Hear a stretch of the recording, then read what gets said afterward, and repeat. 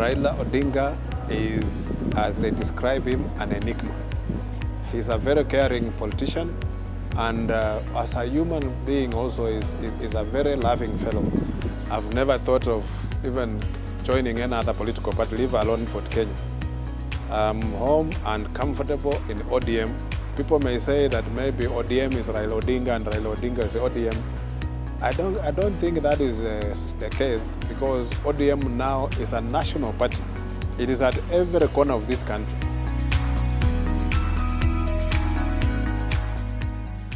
My name is Wanyonyi. I'm a member of Parliament for Westlands and serving for the second term. I joined politics in 2007 when I was enrolled to Raila Odinga's campaign. And at the end of it, I was given a nomination to serve as a councillor at Nairobi City Council, which I served for 5 years. Then after that, I went into elective position. And that's how I ended up being a member of Parliament for Westlands. But going back, I come from a family which is politically oriented. My father, way back in the 70s, he was a councillor. He was elected a councillor in Bungoma County. And my brother has been a member of Parliament for Sirisia constituency, now is a senator of Bungoma. But that didn't influence me to join politics. What influenced me is my association with Raila Odinga, because once I came very close to the real life politics, I became entrenched. Secondly, I was also feeling that people living with disability had no voice anywhere on the political platform or on the leadership of the country. So I felt that maybe I could be the voice of these people at that stage. And as I say, I am a politician by default. It's not that it was a passion for me. No, that formed me that I wanted to be a voice of the voiceless. That is my beginning in politics. But way back also in school, I held leadership positions. I was a school prefect, I was a class captain, I was a football captain, all that. Those are leadership positions that sometimes prepare you for something else later in life.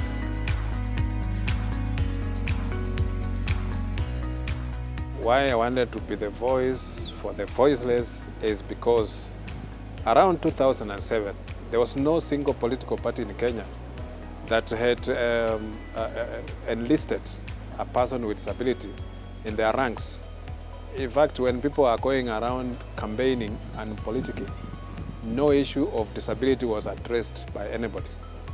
And when I came into this high-level platform, I felt that that is an opportunity for me to come out and speak boldly about issues affecting people with disability who are normally left behind, and also to provide a platform for people with disability to come out and also participate in the electoral process, including voting and also coming out for elective positions.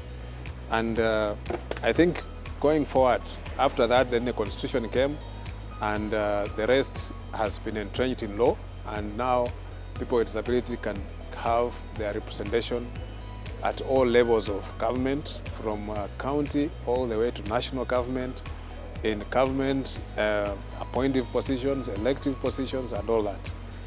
My situation is that way back 1998, as a young lawyer going about my business, I was accosted by people who wanted to steal my car, and that's how they ended up shooting me, and I ended up in this condition. So that is what happened, because I was not born like this. It is because of the situation of, I call it crime. Those are criminals who shot me. And that is a situation that happens a lot in this country. But we hope that with the time and when we put proper measures in place, we can control some of these things. But sometimes it just happens too quickly, you can't even know what is happening, but that is what happened to me.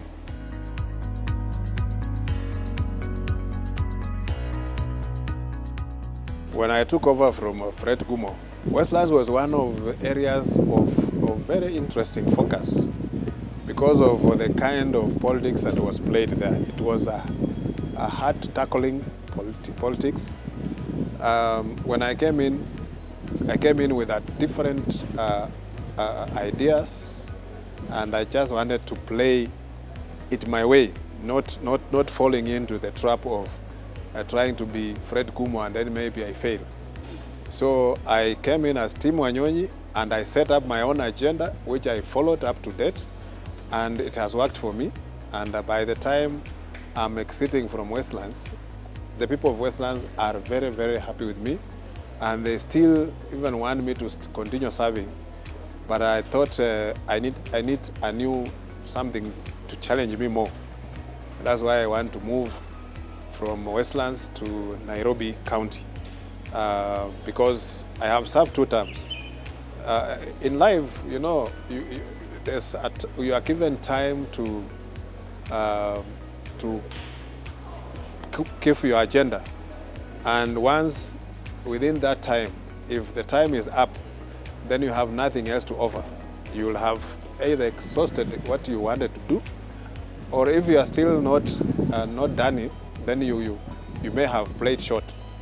But for me, I believe I have done my best up to where I am. I think let somebody else take over from me and continue with what I have done in Westlands.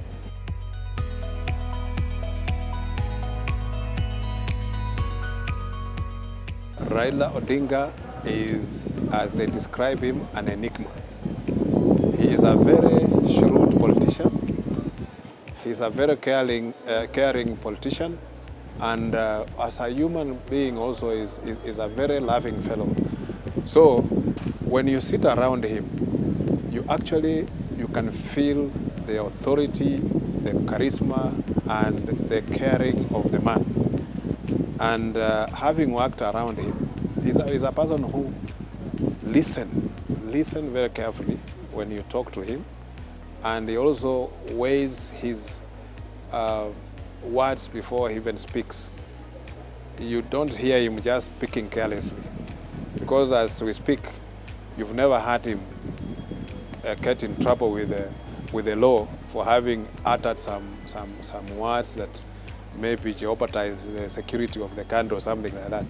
He's always very careful in what he pronounces, and we portray him as a man who really cares about, not about himself, but about the people around him. He has served this country in various positions, and sometimes he takes very hard stand, which sometimes, if he feels it is the right thing that he has taken, it's very hard to remove him from that position. And that's why he has fought for change. He has brought change in this country. Many people who are fighting him today, they are the benefits of his suffering and fight for change. The new constitution is part of the things that he fought for. The devolution today that people are enjoying in this country is about some of the things that Raila Odinga has fought so hard. The only thing that the country has not done for him is to allow him to be the leader of this nation, which I believe may be coming soon, because we have a feel that this is his time now. My brother plays different type of politics. We have never even discussed our politics when we are at home. He is his own man, I am my own man, and he has no problem with my decision to be where I am, and I don't also cross his line, but sometimes, as say, politics about interest. Where our interest meets, then we still join hands and work together. Because last election, we were in the same coalition.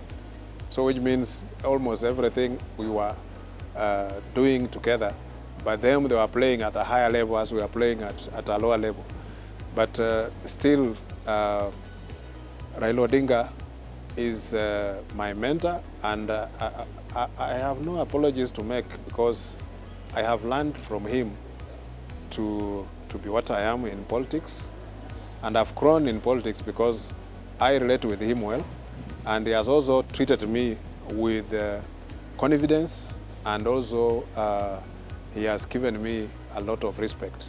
So I believe that he doesn't look at me as just a small person, but he sees me as a leader who has grown from being a councillor to a member of parliament, and now who wants to be a governor of Nairobi. I've never thought of even joining any other political party, leave alone Fort Kenya. I'm home and comfortable in ODM, and it's the only political party I've been able to serve. I've never been to any other political party.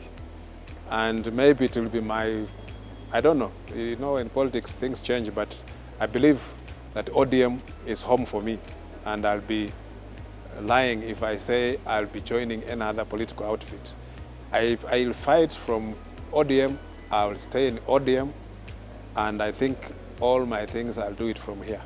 It's not easy to speculate about it, but ODM has withstood a test of time, and I believe it's the only party other than KANU that has been to several elections without every election it is presenting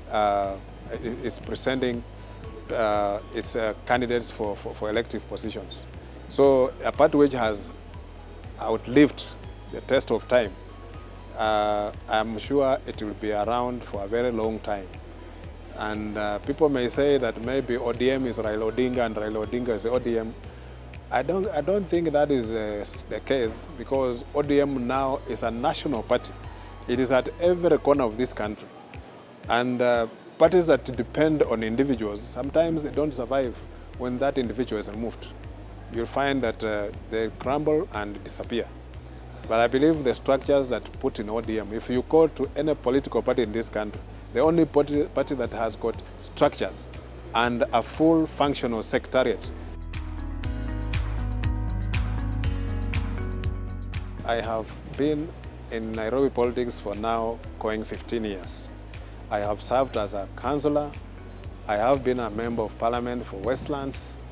I have done what I've done in Westlands, and I believe that having served as a member of parliament and having served at a single constituency, and because there you're also involved in managing resources and also dealing with the real life issues that are the same issues that are dealt with in Nairobi, I'm sure I'm ready, and I can provide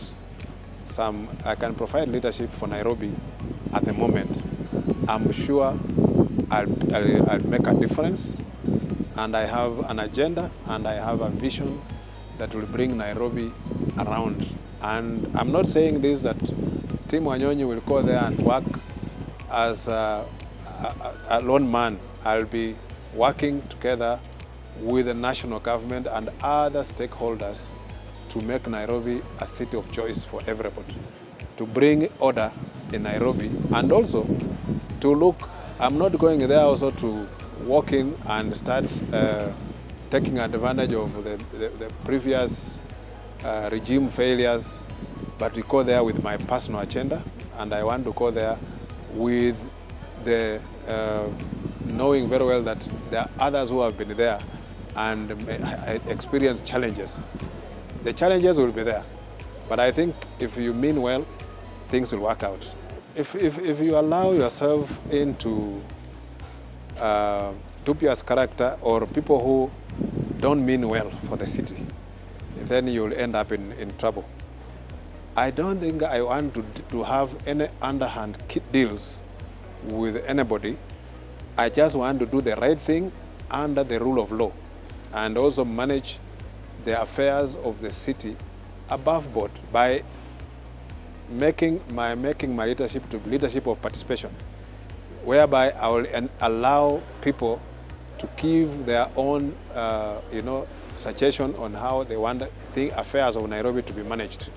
Where I feel that I want to bring in stakeholders like business community, resident associations, and others, we will involve them in decision making. We will come up with policies that will not harass anybody, but will be friendly and will allow anybody to operate within the city without any problem. And also, the leadership of participation allows people to air their views, either for or against. And once you take it positively, then you'll find your things working very well. When I went into Westlands, people talk about misuse of CDF funds and all that. But I managed to stamp that out, and for the last 9 years that I've been there, I haven't had any issues with the misuse of the UCDF funds. So, as long as your intentions are clear and you don't compromise, because sometimes it starts with leadership. If the leader tries to compromise or relaxes rules, then your junior will now start doing the same things, and before you know what is happening, things will have gone haywire. So I believe that if you remain firm in your decisions and you don't allow anybody to play short, then you will find yourself not having any trouble with your management.